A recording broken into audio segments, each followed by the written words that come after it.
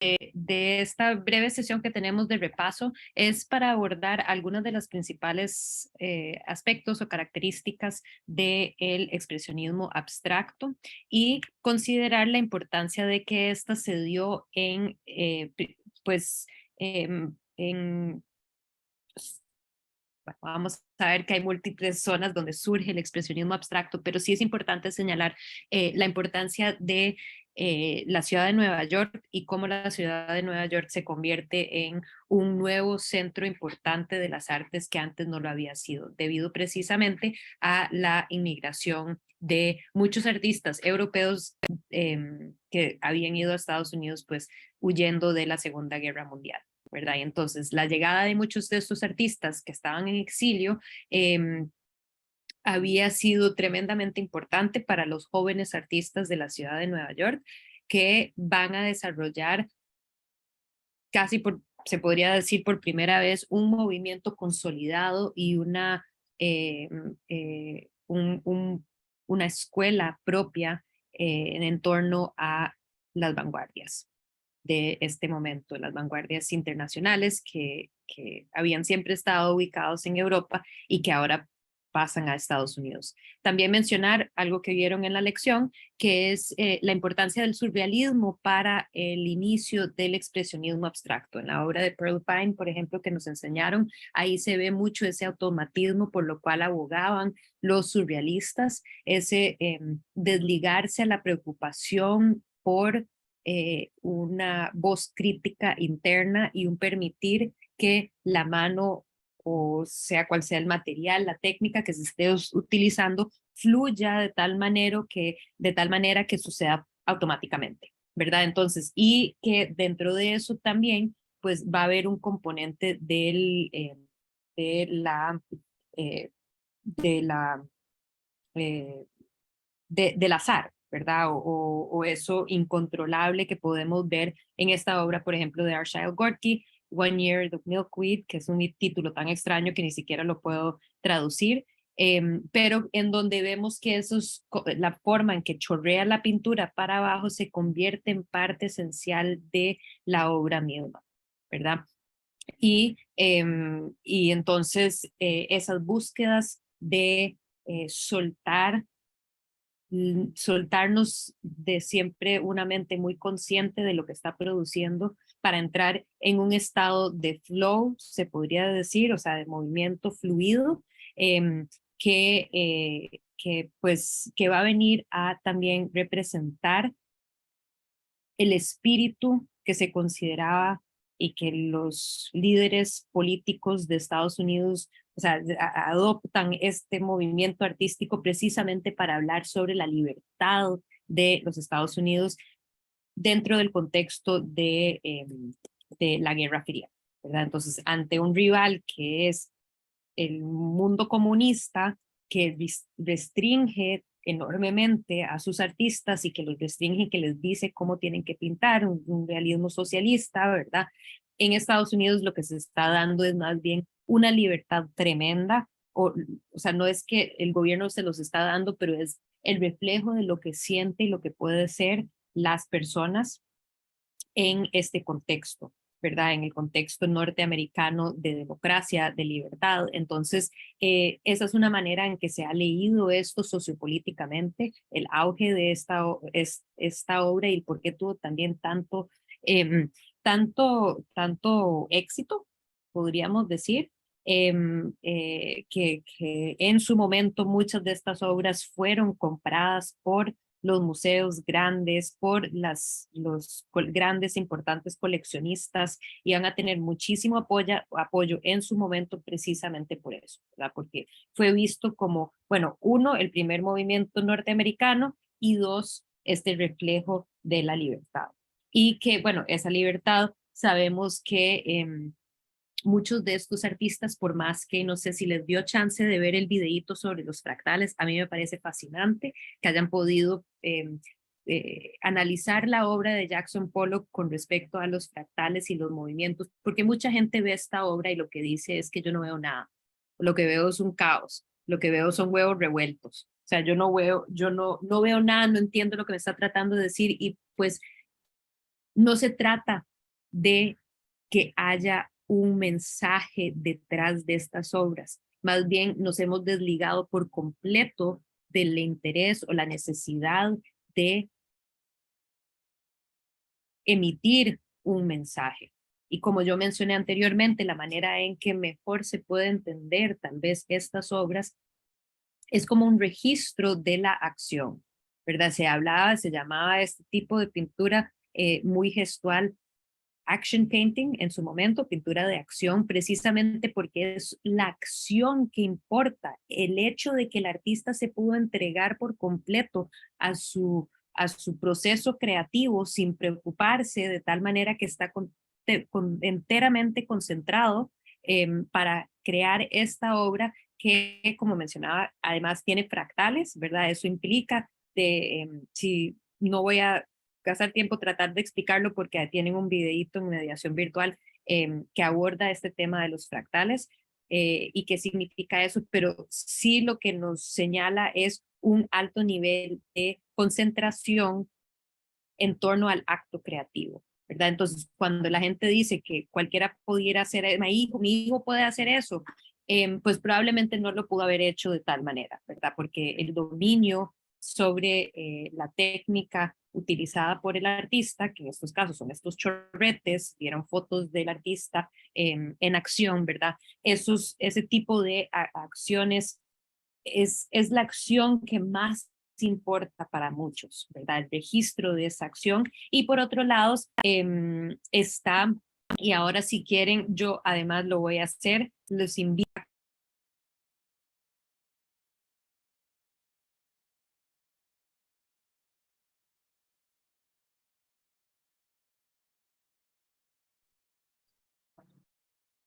Creo que no se me escucha.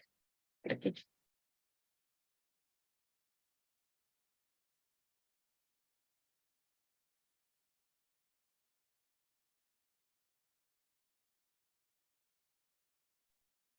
Qué bruta, me silencié en vez de solo apagar el video. Perdón, y yo les decía, "Ay, bueno, no me escuchan, no me escuchan". Ok, entonces les invito a que hagan movimientos corporales, muevan su cuerpo, muevan sus brazos en torno a lo que están viendo. Entonces, un minuto para hacer eso y como tratar de sentir la obra, por eso quité el video para que no me vean haciendo horrible, ¿verdad? Pero bueno, la intención es mover su cuerpo en torno a lo que están viendo.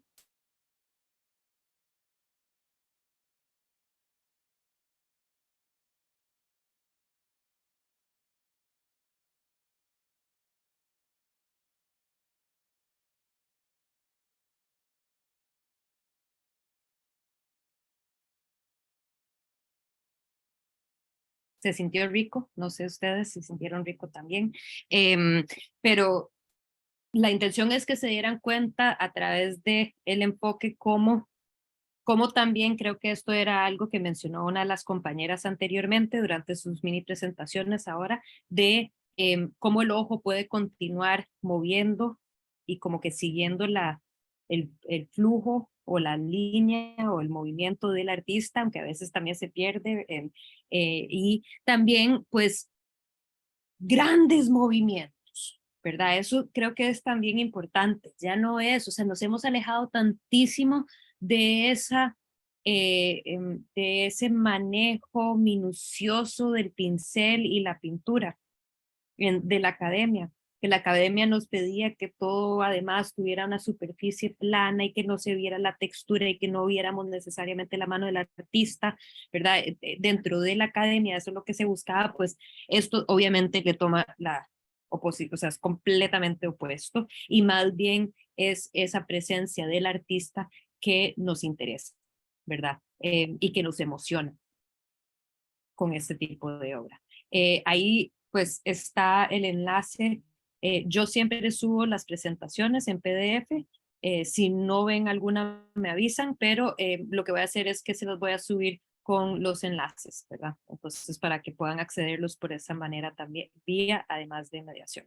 Entonces les invito nuevamente a ver ese video si no lo vieron sobre los fractales y esos movimientos de Pollock, porque pues sí son artistas que trabajan con, o sea, que han desarrollado la mano súper bien a través de muchísima práctica. No fue solo un día cualquiera que agarró y decidió hacer, es que lo ha venido elaborando.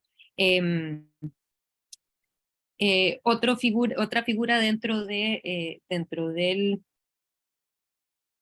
la pintura de acción, esta pintura gestual, es también Willem de Kooning, que como ven en una obra relativamente temprana, del 48, el mismo año de la obra que acabamos de ver de Pollock, él está creando este tipo de obras, se ha alejado por completo de cualquier figuración, está trabajando completamente abstracto, y en eso en 1950 más bien vuelve por un rato a la figura.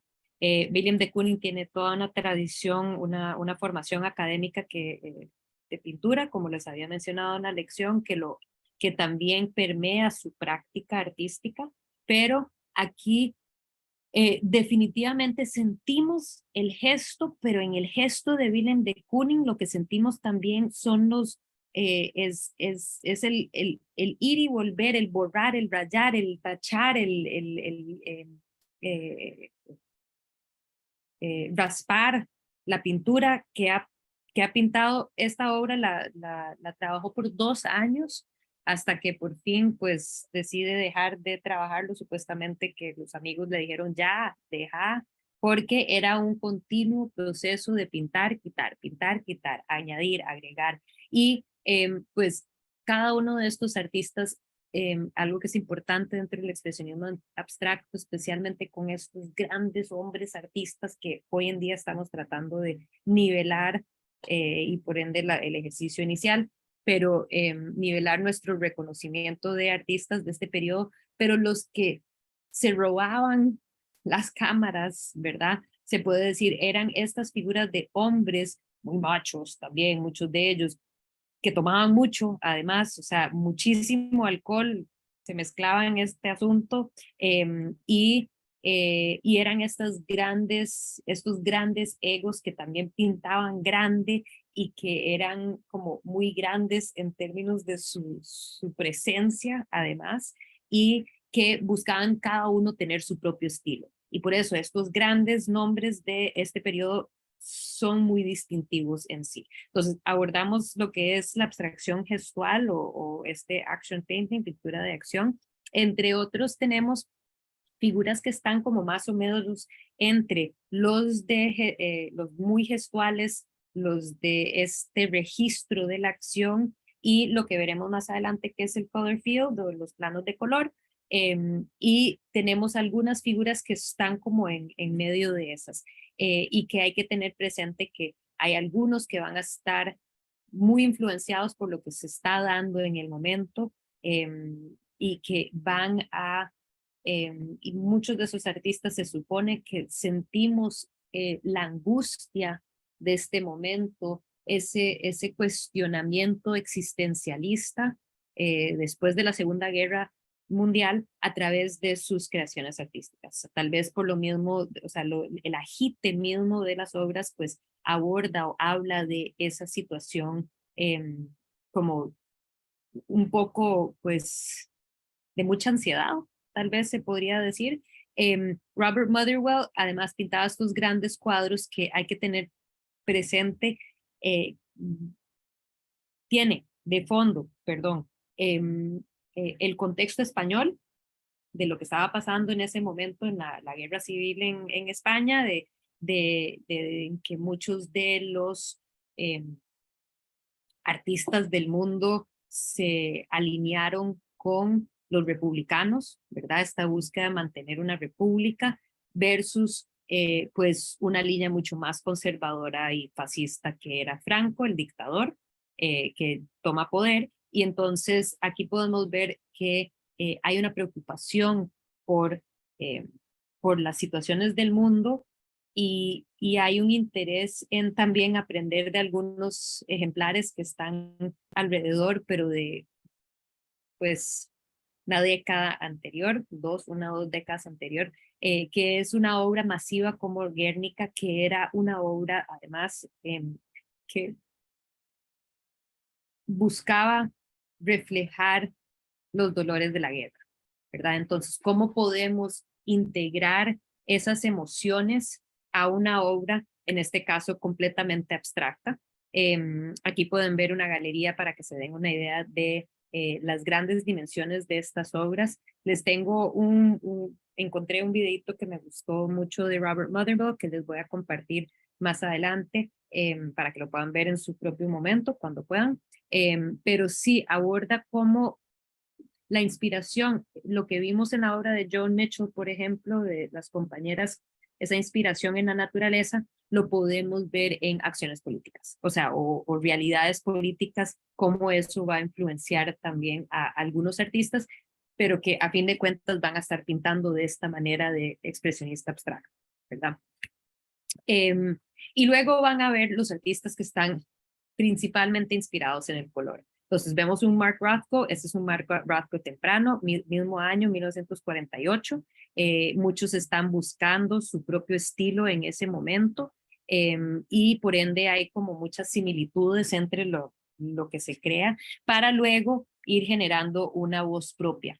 Entonces, Mark Rothko lo abordaron en la lección y que es un perfecto ejemplo de a un artista que lo que está es apasionado con el color y que va a ser, toda su obra va a ser acerca del color, pero la experiencia emocional del color, que algunos de nosotros lo sentimos más que otros. Se ha dicho, lo he escuchado de personas que dicen que ante un Rothko tienen experiencias espirituales.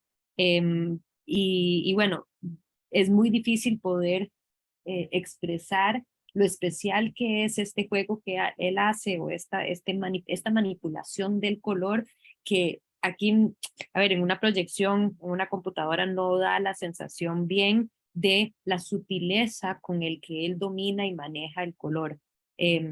Y pues es como ver lo más que puedo expresarles o compararlo es como con un atardecer, un celaje, ¿verdad? Que uno no ve las transiciones de color precisamente, solo que ve como estas grandes como cambios y en este caso en la tela, vemos como que estos cambios sutiles en los colores. Otro ejemplo de plano de color y que esta era una de las preguntas, no sé si como no todos lo han hecho, pues aquí les voy a soplar, pero es esta experiencia del color, por lo que la idea es, esta es una obra súper grande, estamos hablando de casi 5,5 metros de ancho por 2,5 metros casi de alto, entonces masivamente grande este cuadro. Y la idea es que uno se acerque y tenga esta relación directa con el color. Entonces no es un cuadro que uno aprecia desde lejos, sino que es acercarse a pulgadas de la obra misma y sentirse totalmente inmerso en un nuevo mundo, en un nuevo plano, en este mundo rojo que además viene intersecado por estos, lo que él llamaba zips, como zipper, estos zips, estas líneas verticales que se supone son como una manera en que nosotros nos podemos, ante este mundo rojo, eh, encontrar un elemento con lo cual nos identificamos enfrente de la obra, que son estos elementos verticales, nosotros nos paramos y somos verticales ante la obra, y entonces es como un elemento que está ahí precisamente para de cierto modo, como meternos aún más y poder relacionarnos aún mejor con aquello que está frente de nosotros, que es esta experiencia del rojo, ¿verdad? No sé si tienen alguna duda o pregunta o comentario que quisieran hacer. Sé que voy muy rápido y sé que hay mucha información, pero pues mucho de esto se aborda en la lección. Preguntas, dudas. ¿Estamos bien? Sí, bien. Sí. Ok. Entre los color field painters que no aparecían dentro de la lección asincrónica y un tipo de arte que se puede insertar dentro de este expresionismo abstracto de los 50 es algo conocido como la abstracción de orillas duras, hard edge, ¿verdad? O sea, unas líneas muy duras, muy fuertes, o sea, es una abstracción bastante geometrizada, ¿verdad? No, y que no contiene ningún, o sea, no se refleja la mano del artista. Es un perfecto ejemplo de esto, de un color field painter, un pintor de estos planos de color, que va a trabajar con papel, recortado sobre papel. Entonces, ¿cómo puedo yo generar una experiencia emocional con el color? Pero ahí ya no veo mano de artista, ya no veo texturas. Y él va a ser a mí me encanta la obra de él, es un temprano, es antes del minimalismo. Nosotros abordaremos lo que es el minimalismo en siguientes secciones, pero se asemeja o se acerca al minimalismo y de cierto modo es bastante, pues, es parecido a lo que comentaron las compañeras sobre John Mitchell, de que él se inspira en la realidad. Sea, él ve la realidad, él ve la luz, él ve los objetos en la realidad, pero crea estas imágenes que no se supone que deberían de ser algo figurativo, algo a ningún paisaje, ni mucho menos. Pero, pues como dice él en esta cita que me gusta mucho, lo más placentero en el mundo para mí es ver algo y luego traducir cómo lo veo. Entonces, es la manera en que él ve el mundo. Eso me encanta y que pues él pueda ver el mundo de esta manera y que nos lo está traduciendo para nosotros tener esa experiencia. Y pues obviamente son cuestiones de gusto, ¿verdad? Si a alguien le gusta este tipo de pintura, estamos hablando de unas orillas, unos contornos muy fuertes donde no vemos la mano presente, no hay texturas, pero solo le traigo este ejemplo, pero les he compartido también un videíto sobre él donde podrán ver un par de otros ejemplos de la obra y escucharlo a él hablar.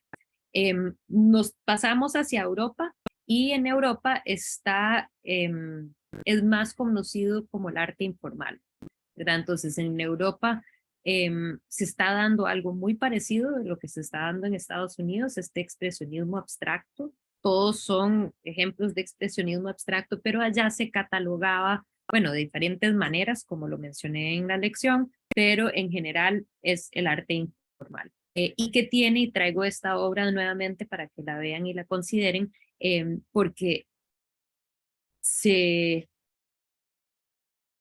se llega a, o sea, se manifiesta todo el dolor, toda la angustia, todas las dificultades existencialistas que estaban, por las cuales estaban padeciendo pues la sociedad en general en Europa después de la Segunda Guerra Mundial. O sea, ¿cómo podemos seguir viviendo? ¿Cómo podemos hacer arte? ¿De qué manera podemos seguir adelante después de ver esas atrocidades y estar conscientes de esas atrocidades? ¿Qué hacemos? ¿Cómo seguimos? Y pues por mucho rato uno siente pues todo ese dolor, esa fragmentación, pero muy diferente a la fragmentación cubista. Aquí creo que para mí, por lo menos esta obra de Alberto Burri, me habla mucho de dolor porque veo esas puntadas. Lo interesante de Burri es que él inició estas exploraciones con pedazos de sacos y cualquier tipo de material textil, porque él había sido un piloto durante la Segunda Guerra Mundial, un piloto italiano, los italianos fascistas, ¿verdad? Y queda como prisionero de guerra de Estados Unidos y entonces lo trasladan a Texas, en Estados, y mientras él está en este campamento, digamos, este encierro para los prisioneros de la guerra, eh, hace, empieza a hacer estas obras. Y él era de profesión un doctor o un médico, por lo menos en el ejército, y entonces eso de coser, pues le venía a partir de pues esa práctica que ya tenía y que ya dominaba. Entonces a partir de eso se va a poner a explorar eh, y cómo es pues tremendo poder ver el efecto que puede tener algunos elementos tan sencillos pero cómo eso nos puede casi que generar gritos, ¿verdad? Hay elementos que están como no quemados del todo, pero sí que pues estos elementos que se siente que en cualquier momento se van a romper, ¿verdad? Entonces, ¿cómo a veces, además de los materiales, distintos materiales, podemos generar esas emociones a través de una obra que es completamente no figurativa? Tapies, les voy a compartir este video. Este es otro diferente al que está en mediación y que pues nos da una noción también de cómo puede ser esta obra política, pero política de forma también como clandestina. Entonces hace referencia muchísimo a la iglesia y muchísimas cruces que tiene y estos elementos de vendado, de como cosas que parecen ser vendas y un rojo que nos remite a la sangre y cómo pues la crítica de él era la, eh, ¿cómo se dice esto? Como cómo se alió la iglesia con el sector conservador y con el Estado, el gobierno fascista, ¿verdad? Y cómo, pues, a partir de eso hay todas estas violencias a los derechos humanos, pero lo hace de tal manera que está a escondidas y no todos lo sentirían en un mundo donde, pues, debido a la dictadura iba a haber censura, ¿verdad? Y entonces, ¿cómo puedo generar esa sensación y cómo puedo quejarme ante esta tremenda violación que se está dando? Y bueno, van a haber otros que van a ser un poco más juguetones. Este no estuvo en la lección, esta obra y este ejemplo, pero volveremos a ver a Yves Klein, el artista. Pero sí me encantó, solo es un ejemplo de la búsqueda de un artista en Europa, donde están además experimentando tal vez más con materiales. Eso tiene mucho que ver con la limitación de recursos, o sea, no hay tanto material, no hay espacio para exhibir, entonces notaremos que las obras en general europeas de este periodo son más pequeñas, son más restringidas, utilizan una variedad de materiales, pues precisamente porque no había una abundancia de ellos. Y en este caso, pues Yves Klein no era el tiene los recursos, pero me encanta este juego que hace con estas esponjas. Entonces, él trabajaba con un pigmento específico, el llamado el International Klein Blue, que es este azul específico que él trabajó con un apotecario o las personas que trabajan con los pigmentos para llegar a este color azul específico y entonces con este color hace un montón de cosas y mucha obra monocromática, pero esta en particular me encanta porque uno, sentimos esa textura de los pigmentos aglomerados y también pues decidió el artista meter las mismas esponjas a la obra y eso me encanta, ¿verdad? Entonces como pues igual para él este color era, este azul era felicidad y era libertad. Entonces, pues esas emociones que puedan surgir a partir de un color. Entonces vemos que se está haciendo muchas cosas que son parecidas, solo que en un contexto disímil al contexto norteamericano, ¿verdad? Y nada más quiero terminar rápidamente invitándoles a ver el excelente pequeño documental que está en la lección asincrónica sobre el movimiento Butai. Butai es un movimiento que se da en Japón, perdón que no tengo pues ahí escrito Butai, pero lo tienen en la lección. Y lo interesante de este movimiento es precisamente un deseo de descartar todas las formas viejas, antiguas, tradicionales de crear el arte. Entonces, ellos van a estar muy interesados en pues, diversos modos de la creación artística. Aquí pueden ver el ejemplo de Kazuo Shiraga, que pintaba con sus pies, ¿verdad? Y que dentro de eso claramente va a estar toda una tradición de artes marciales, ¿verdad? Y un acercamiento muy diferente al cuerpo. Entonces, pues es una propuesta muy interesante la de este artista. También que pues se inmersía, o sea, se metía dentro del material mismo. Este es un ejemplo de pues un performance que se lleva a cabo antes de la era de performance. Se podría decir que estamos ante algunos de los más tempranos, en donde él lo que hace es, pues se mete en este montón de barro y lo va corriendo y lo va moviendo hasta llegar a pues esta obra final del barro, después de que él pues lo haya movido y la haya creado. Y pues obviamente es una obra efímera, una obra que no iba a existir después de la primera lluvia que venía, pero también algo que era muy impactante era o sea, el cuerpo de él se vio también, o sea, obviamente si uno se va restregando un montón en barro, que pueda que tenga piedras y demás, pues tener un impacto en la piel del cuerpo, ¿verdad? Y entonces cómo todo el proceso es parte de la obra de arte, y la entrega al material es parte de la obra de arte. Este ejemplo de Akira Kanayama, que lo que hace es que se inventa una maquinita como un tipo de carro, un control remoto, que el carrito es lo que va pintando, ¿verdad? Y él va manejando el carrito. O este último ejemplo, creo, no, penúltimo ejemplo que les enseño, que es Shozo Shimamoto, que pintaba, y aquí vemos 3 ejemplos de obra en donde él pintaba con un cañón que tenía pintura. Entonces él como que disparaba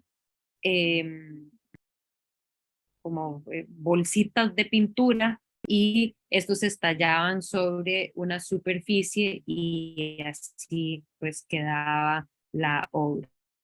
Entonces esta original, esta primera, digamos, ya no existe, pero fue tremendamente importante, y desde entonces hay varios otros ejemplos que se encuentran en algunos museos. Y dentro de todo esto, esta última imagen de Saburo Murakami, que el rompimiento con las fronteras de lo que puede ser y hacer el arte y significar el arte para nosotros. Entonces, cómo él se